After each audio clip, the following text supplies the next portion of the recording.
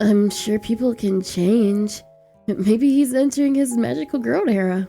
I love that. Give me Teo the magical girl.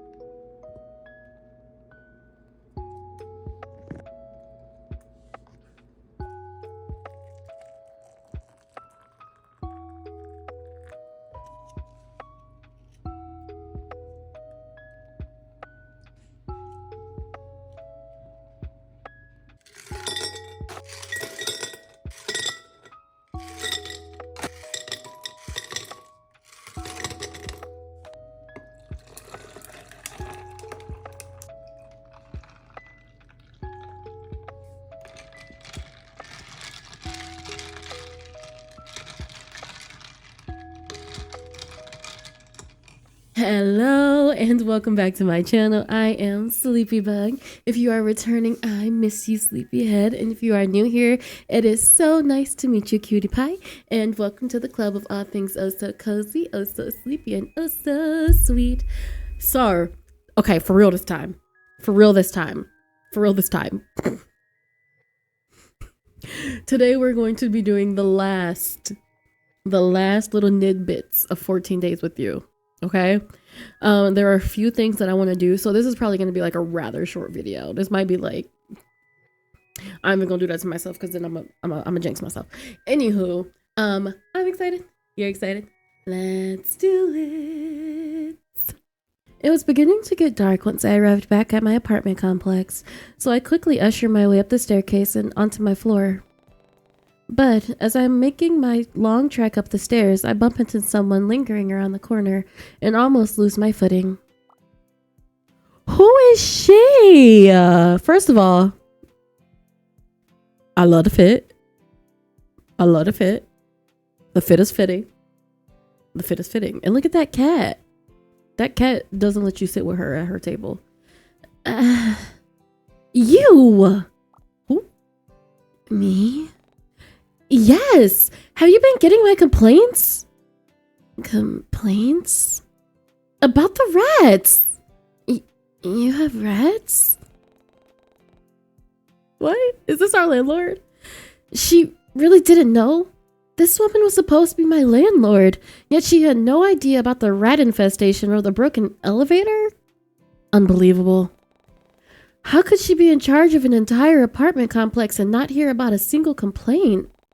I mean, sure, the lobby and hallways are always kept neat and tidy because of her, but everything else? They were bordering on being run down and falling apart at the seams. I'm sorry, I get so many letters piling up that I just stopped reading them altogether at this point. Excuse me? Was she serious? It's okay. Don't worry about it. If the rats are hungry, you can feed them my letters. You gotta be joking me. They've already torn a hole right through my mattress. I'm worried about what they'll do next. She's probably... What? I mean, I'm not a rat, so I wouldn't really know. What is happening right now? You're asking me about what rats eat? No, I'm complaining to you. Complaining about what rats eat? That's it. I'm moving out as soon as the opportunity arises. Shuddering past my annoying landlord, I march my way towards my apartment and gruffly unlock the door in a huff. Oh. Okay, so I went ahead to go see if something interesting happens when we don't invite someone over, but no, we just go straight to day 4. So this means we get to go through the list of people to invite. So we already did Rainikins. I say we just go down the list. So let's do Moth. Quickly glancing at the time to make sure it wasn't too early for them, I tap on Moth's name and bring the phone closer to my ear. The phone rings a few times before they pick up with a happy lilt to their tone. Well, well, well, look who came crawling back. Sorry about earlier. I wasn't sure what the deal with my Wi-Fi. Hold up, rewind. Why am I crawling? Why wouldn't you be? I'm the only person you know who has all the latest AOG gossip. Anyway, what's up, S? Felt bored. Wanted to hear your lovely voice again. Please.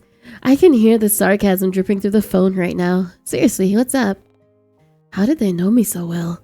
Actually, I'm going to this double date tomorrow, except it's not really a date, for me at least. And how is it not a date? You'll be hanging out with someone you're interested in, right? No, it's my best friend. Me? I didn't know we were going on a date together. I'm flattered, dude. Oh, my other best friend? I'm gonna pretend like you didn't just pause for 6 whole seconds to come up with that lame excuse. Despite the harsh words, I can tell that Moth was joking. Their eye roll was practically audible. So what's so bad about the not a date with your other best friend? Well, for starters, he's someone I've practically known since birth. And the other 2 people happen to be my coworker with the purest soul I've ever seen. And my other friend, he's probably the devil incarnate. That's why they're perfect together. That is why they're perfect together, because I said so. I think I've seen an anime about that once. Moth, not helping. Sorry. Look, you said it yourself. You're not going on an actual date, so there shouldn't be anything to worry about, right? You don't understand. It's not Leon I'm worried about. Was I really about to let Moth in about more personal details regarding my friendships? Well, guess there's a first time for everything. Teo is honestly the worst person for Elanor. He isn't exactly the type to settle down, and Elle's the biggest hopeless romantic I know. That's why she loves Teo. Teo is textbook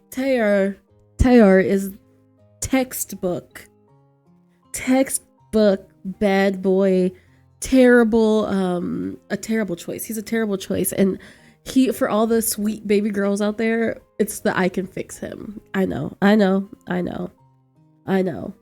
have a friend who can, in fact, prove me right because I am that girl. Anywho, she always talks about having that white picket fence dream, whereas Teo can barely sit through a single conversation about his own feelings. Facts. I knew I was beginning to ramble at this point, but I couldn't seem to stop myself. And what's worse is that Teo is suddenly interested in relationships all of a sudden. I don't get what his motives are. I'm sure people can change. Maybe he's entering his magical girl era. I love that. Give me Teo the magical girl. Matter of fact, Editor Sleepy, make Teo a magical girl.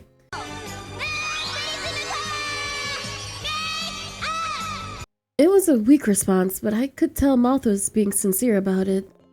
I mean, from what you told me in the past, your coworker sounds like a real nice gal. Maybe Teo feels the same way? It just doesn't seem like something he'd do, though. I let out a sigh and absent-mindedly ran my hands over my pants in order to smooth out the wrinkles. Sorry, you probably didn't expect me to call you up just to rant to you. Hey, it's all good. I don't mind. And you know, I always do the same. Besides, it's my duty as your bestest friend, both online and in real life. You know what? Leon would probably be okay with it. I can see Leon being okay with this sort of thing. I can't help but chuckle at that because he's like, oh, you're her best friend? I'm her best friend. That means we're best friends. But saying real life implies we've met in person already. Fun, you say that. I'll be your soon. Maybe if you're... All of a sudden, the call cuts out for a second time today. Dang, curse their horrible Wi-Fi. Well, there isn't much I can do about a faulty connection. Alright, so we did Moth, let's do our girl Violet. The phone rings exactly 4 times before Violet picks up, and we barely get a few minutes into the call before she's suggesting I come over instead. Admittedly, it was a nice idea. And before I knew it, I was picking up my keys and heading out. Let me see her apartment. I can already smell the soft aroma of lavender and thyme the moment I step out of my apartment and make my way across the hall. This is what I want for myself. This is what I want. That's what This is what I want. Following the flowery scent towards Violet's front door, I barely have to knock 2 times before my neighbor appears on the other side with a general expression on her face. Come in, make yourself at home. I'll bring us some snacks till you get you settled. Now that I think about it, I don't think you've met Christy yet. Violet gently ushers me into her open-plan kitchen before muttering something about retrieving a few things from the pantry. She disappears from my sight momentarily, only to return once more with her hands full and a bounce in her step. Alongside a tray of what looks like home-baked cookies and a teapot, Violet reveals a potted gardenia up to eye level and pretends to make it wave by moving one of its leaves. This is Christy. She's very shy. Be here. Help yourself to anything you like. The neighbor's smile doesn't seem to falter as she offers a plate of cookies and some herbal tea before she grabs some of herself as well. You know, your aura seems off today. Have you eaten yet? This is literally me. Violet is literally just me. It's like, it's the Spider-Man meme. It's literally what we're doing. Not yet. I've been feeling a bit antsy since this morning, if I'm being honest. Oh dear, what happened? Well, was I really about to confide in my neighbor about a rather personal details regarding my friendships? Yes, I am. Well, I guess there's a first time for everything. Actually, I'm going on this double date to the aquarium tomorrow, except, well, it's not exactly a date. I'm not quite sure I follow. It's not going to be a date? Well, my childhood friend and I kind of got roped into tagging along on an outing between my coworker and my friend Teo. He's been adamant on calling it a double date. Doesn't she hate Teo? Yeah. I watch as Violet's face crunch up at the mention of Teo's name, which made sense considering how she's been well acquainted with him in the past. I didn't know the exact details of their history, but I did know that Teo and Violet never really got along with each other. That big musclehead is still up to his usual antics? Unfortunately, it seems rather odd though. I mean, you and I both know he isn't the type to settle down, and Elanor, my coworker, is the biggest helpless romantic I know. She's always talking about how she wants the white picket fence dream, whereas Teo can barely sit through a single conversation of his own feelings. I don't get what his motives are. He certainly is a cunning person. I wouldn't push it past him. She is ready to fight. It was a weak response, but I could tell Violet is trying to be considerate of my feelings. Though, it has been a while since I've last spoken to Teo. Perhaps he's changed his ways? It doesn't really seem like something he'd do, though. I let out a sigh and absentmindedly run my hands over my pants in order to smooth out the wrinkles. Sorry, Vi, you probably didn't expect me to come over just to rant about my problems. It's quite alright, Sleepy. I'm always happy to lend an ear. And sometimes it's good to get your thoughts out, and it helps to... All of a sudden, Violet's phone starts to buzz in her pocket. She sheepishly pulls it out, only to frown at the message displayed on the screen. Oh dear, something's gone wrong at work. I'm sorry, but I'll need to... Oh, go ahead. I should head back home anyway. Sorry for taking up so much of your time. There's nothing to be sorry for. We had a lovely time together, didn't we? Here, take some cookies before you go.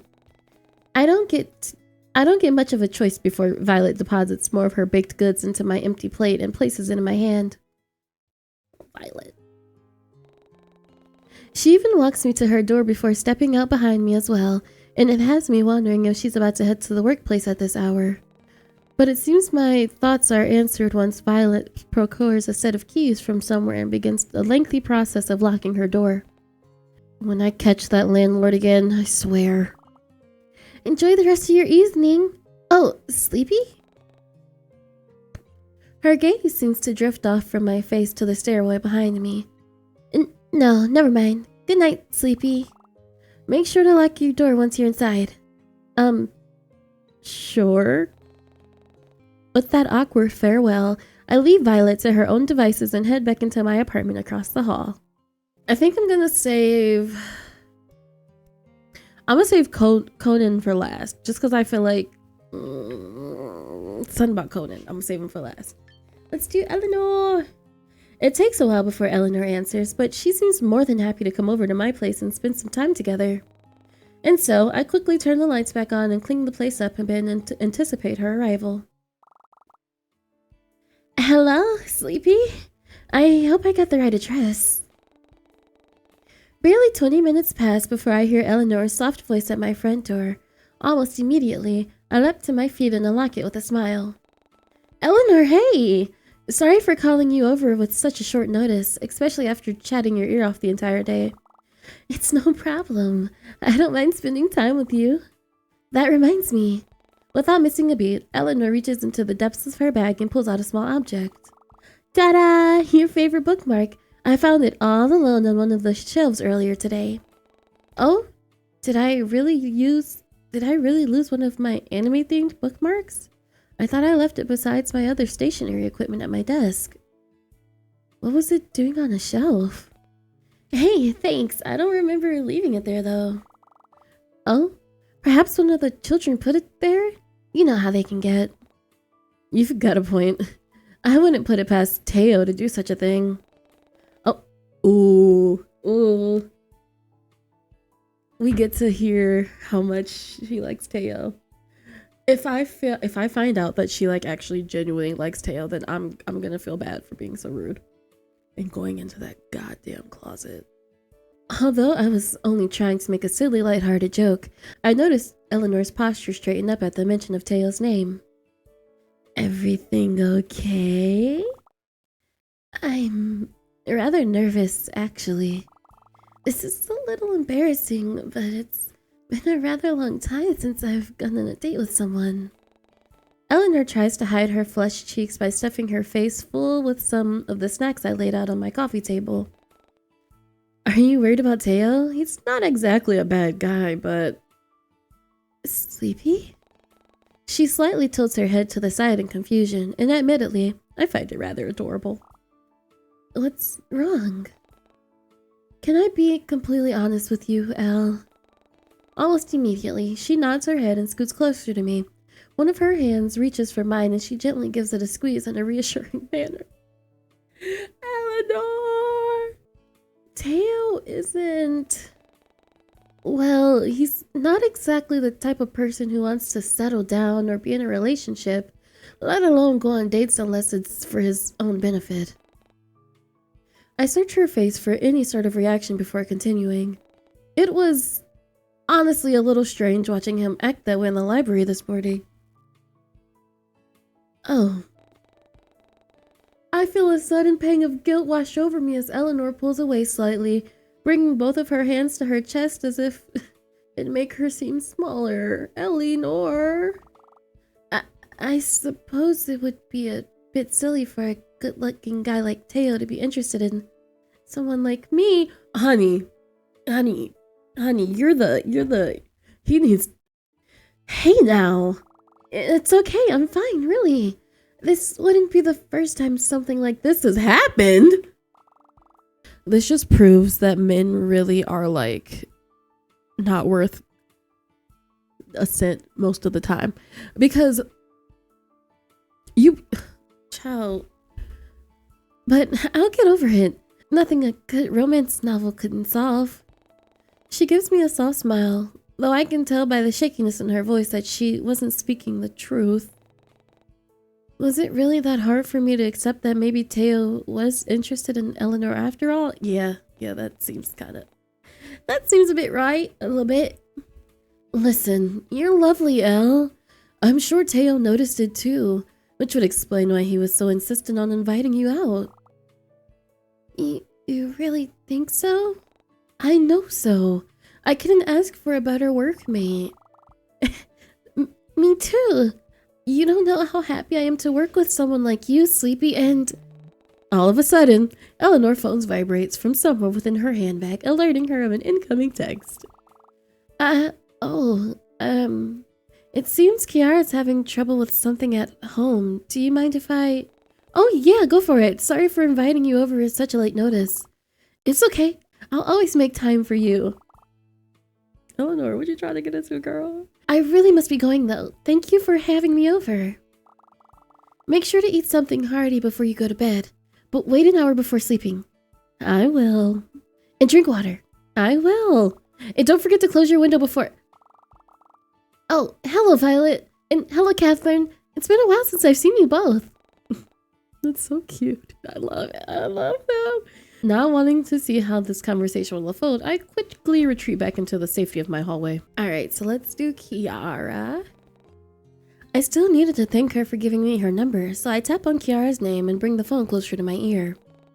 It rings a few times, and just when I think nobody is going to answer, she picks up with an apologetic tone.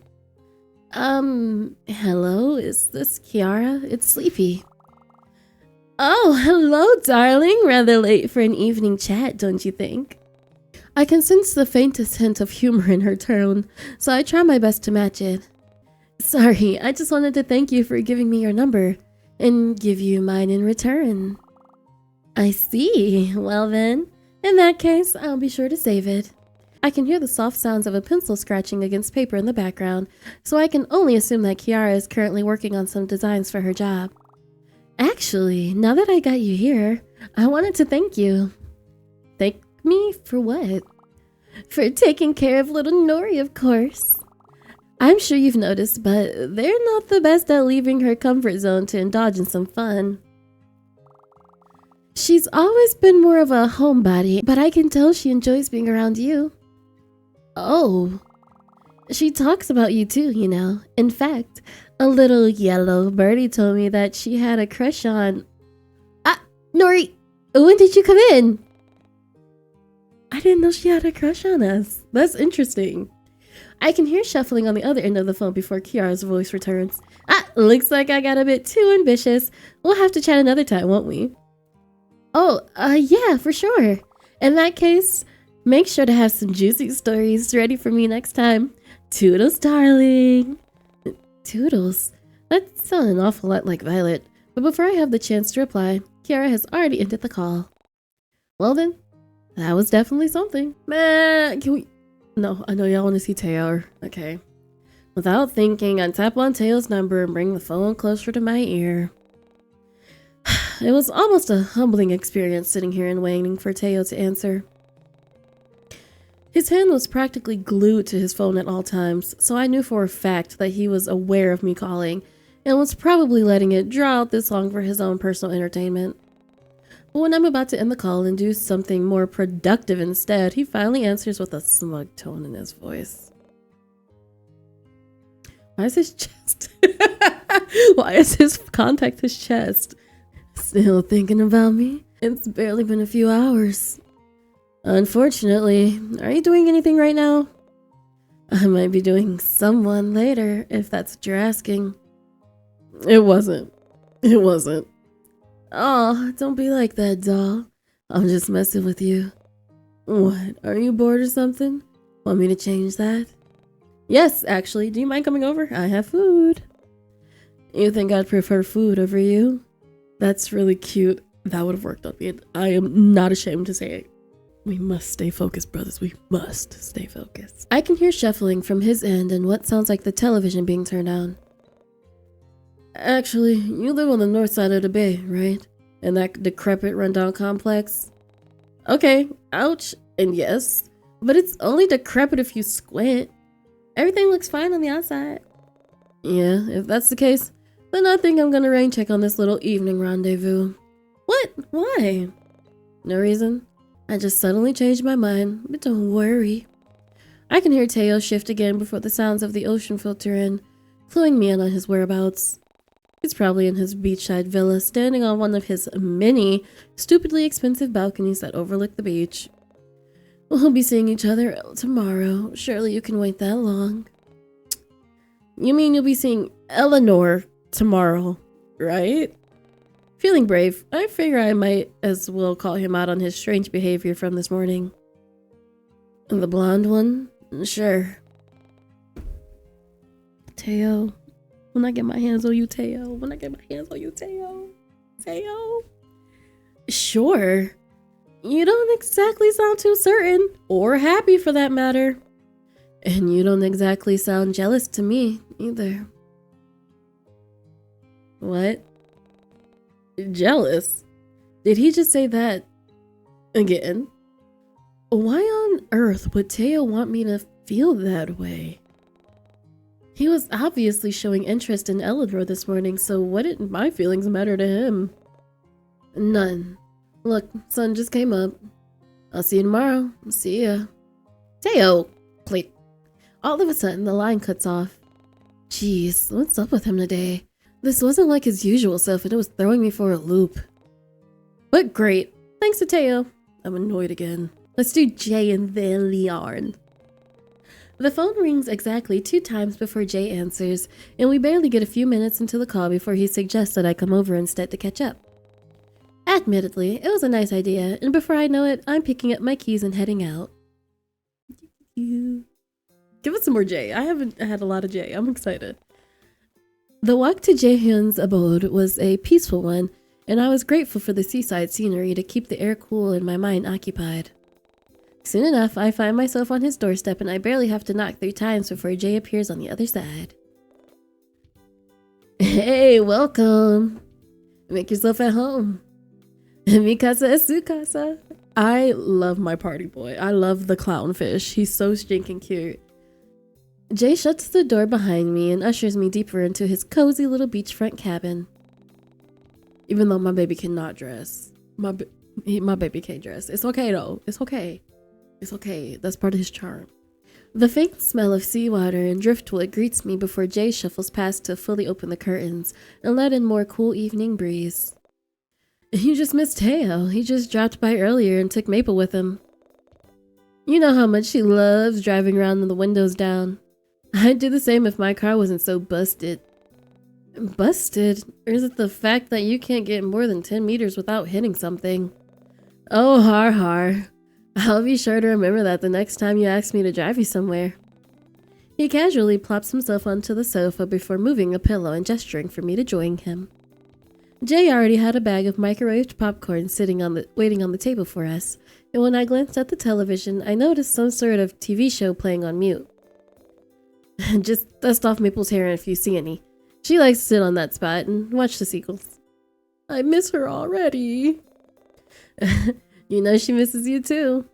I'll bring her around your place next time. Your apartment always allows dogs, right? Rats too, apparently. Huh? Nothing. So, anything new happened lately? Got any big plans for Friday? I was thinking about visiting my parents in the city again. It's been a while, and I'm sure they miss me. I mean, who doesn't? I love him. At that, he playfully tosses a piece of popcorn in the air and effortlessly catches it in his mouth. What about you? Got any plans of your own? You won't believe whose date I'd be third wheeling tomorrow. No. Don't tell me. Teo and Violet. Oh god, no way! Doesn't she hate his guts? It makes it even funnier, but if it's not Violet, then Teo and Leon? Close, but no. Leon will be there though. Well, now you got me all confused. With a fake sigh, I end up telling Jay the whole story. It's Teo and my workmate Elanor. Elanor, the blonde one, right? Who knocks the books over all the time? I think you've told me about her once. I wouldn't say all the time. But yeah, Teo seems interested in her. Interested? Like, you know, interested? Interested, and worst of all, I can't figure out why. You and I both know he's not the type to go on dates with people. Teo and romance is unheard of. I couldn't help but laugh at that. Throughout all my years knowing Teodoro Alvarado, I have never once heard about him going on a date with anyone. He could definitely get intense and possessive at times, but nothing like this. He just wasn't that type of guy, and I was worried about what Elanor was getting herself into. But still, people change all the time. I'm sure it wouldn't be impossible for Teo to do the same. Oh crap. Jay's sudden outburst pulls me away from my thoughts, and I glance to find him looking at something on his phone. As if picking up on my confusion, he immediately fills in the blanks. Maple's gone and rolled in some dirt again, and Teo absolutely refuses to let her back in the car. I'm so sorry, but do you mind if I... No, not at all. I didn't realize it got so late anyway.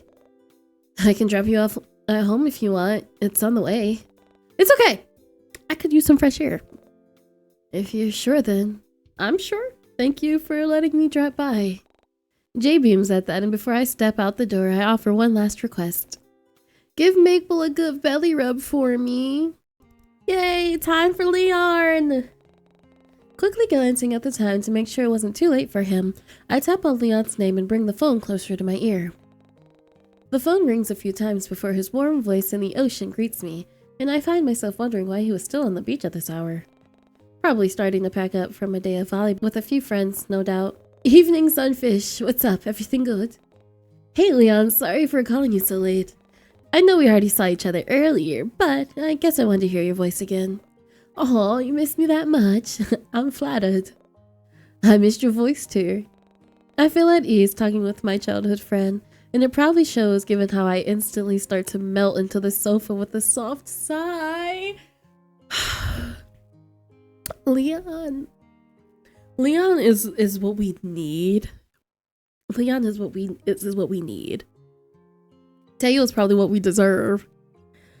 And Ren is just Ren. I love him so much. That's my baby, that's my bed. But seriously, Lars, everything okay? I can come over if you want. No, I'm fine. You don't have to do that. If I'm being honest, I think I've had my fair share of face-to-face conversations already. Yeah? You did seem tired earlier today. I'll probably be even more tired tomorrow knowing Teo will be involved. Ha! Yeah, he's got that effect on people, unfortunately. I can hear Leon let out another soft chuckle of his own silly joke. Speaking of, are you still good with our plans for tomorrow? Yeah, I'm still up for it. But it's Elanor I'm more worried about. How so? Was I really about to confide in Leon about rather personal details regarding my friendships? Hell yeah. Teo is honestly the worst person for her. I mean, you and I both know that he's not exactly the type to settle down. And Elle's the biggest helpless romantic I know. I don't get what his motives are. Maybe he's trying to change his ways. You know how Teo can be. The book's always full of surprises. It's a weak response, but I could tell Leon was trying his best to reassure me. Besides, I met Elanor today and she seems real sweet. Maybe Teo feels the same way. It just doesn't seem like something he'd do, though. I let out a sigh and absentmindedly ran my hand over my pants to smooth out the wrinkles. Sorry, Leon. You probably didn't expect me to call you just to rant to you. No worries, Dar. You can always come to me for anything. I don't mind, even if it's Nar? Nar? His voice gets cut out before the only thing I can hear is the static noise.